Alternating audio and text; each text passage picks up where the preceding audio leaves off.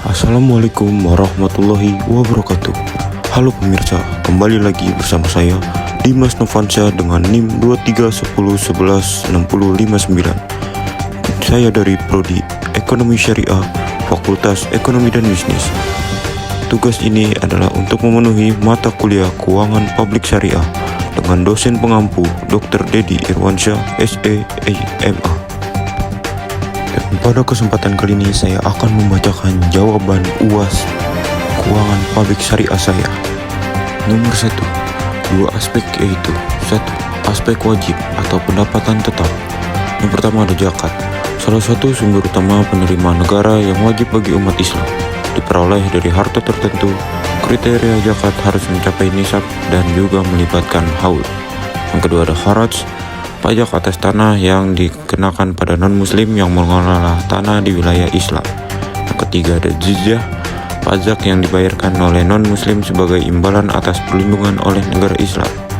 Untuk aspek kedua ada aspek tambahan, yaitu pendapatan tidak tetap. Pertama ada ghanimah dan fai, harta rampasan perang atau ghanimah, dan harta tanpa perlawanan atau fai yang diambil dari musuh dalam perang. Yang kedua ada pengelolaan sumber daya alam, pendapatan dari hasil tambang, minyak gas, dan sumber daya lainnya. Pengelolaannya bersifat amanah demi kesejahteraan masyarakat. Selanjutnya 1B, kebijakan anggaran. 1. Berbasis kemaslahatan umum. Anggaran belanja diarahkan untuk kebutuhan esensial masyarakat seperti keamanan, pendidikan, dan kesejahteraan. Yang kedua, efisiensi dan penghematan. Tidak membelanjakan uang negara untuk hal yang tidak dibutuhkan. Dalam Islam, boros atau israf dilarang. Yang ketiga, transparansi dan akuntabilitas. Islam menganjurkan pemimpin untuk bersikap jujur dan terbuka dalam pengelolaan keuangan negara dengan melibatkan mekanisme pengawasan oleh masyarakat atau hisbah.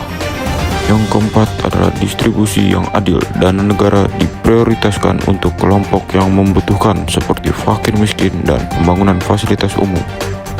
1C. Instrumen kebijakan fiskal. 1. Defisit anggaran. Banyak negara termasuk Indonesia menghadapi defisit APBN karena belanja lebih besar daripada pendapatan negara. Hal ini sering dibiayai melalui utang yang dapat menjadikan beban ekonomi jangka panjang. Yang kedua, ketidakefisien belanja.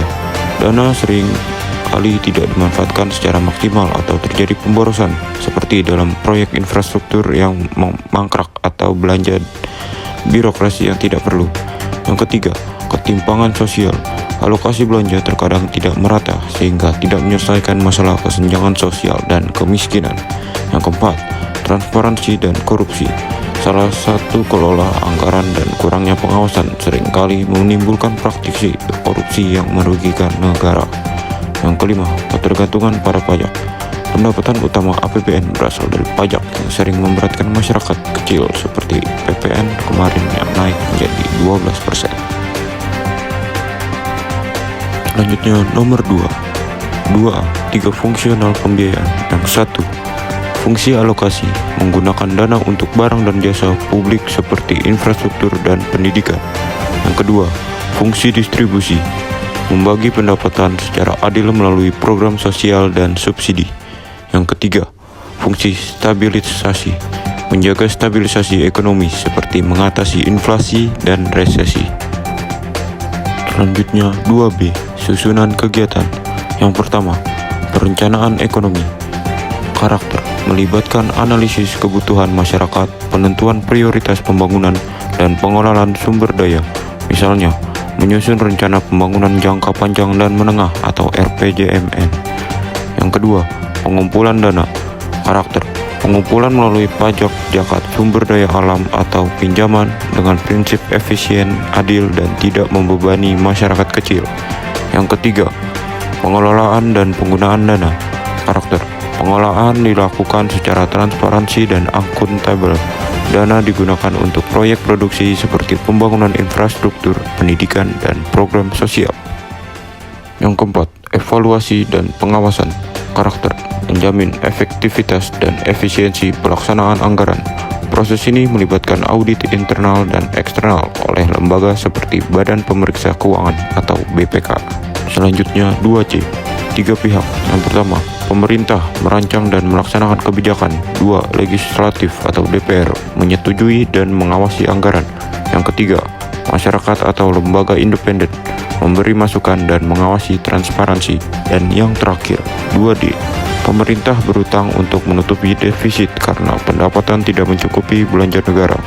Utang digunakan untuk membiayai proyek produktif, menangani krisis atau memenuhi kebutuhan mendesak tanpa membebani masyarakat dengan pajak tambahan. Selain itu, utang dimanfaatkan saat suku bunga rendah untuk mendukung pembangunan dan menjaga kepercayaan pasar dengan tetap memastikan pengelolaan berkelanjutan. Sekian berita terkini kali ini. Saya Dimas Novansyah izin pamit. Assalamualaikum warahmatullahi wabarakatuh.